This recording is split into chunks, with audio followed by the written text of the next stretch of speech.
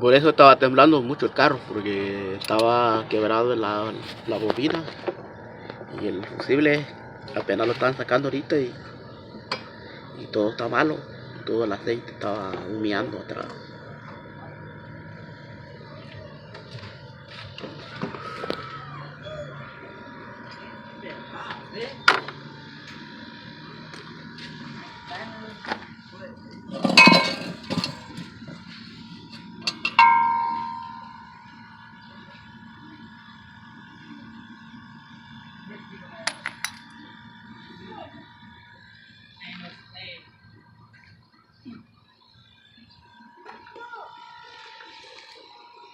No, con la recording.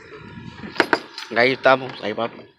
Ya pásame el otro ¿Ah? ¿La otra? Oh, el otro nuevo está aquí. Este es el nuevo. Vamos a poner nuevo todo. La para bujía que también. quede. La bujía. O la bujía.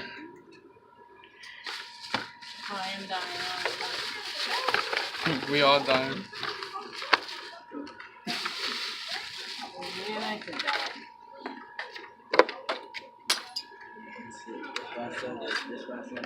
Es un mecánico. Bueno.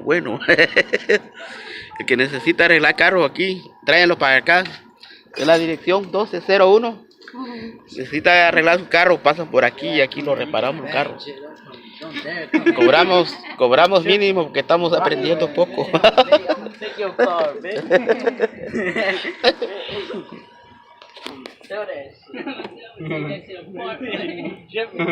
I'm gonna leave that bit on brick.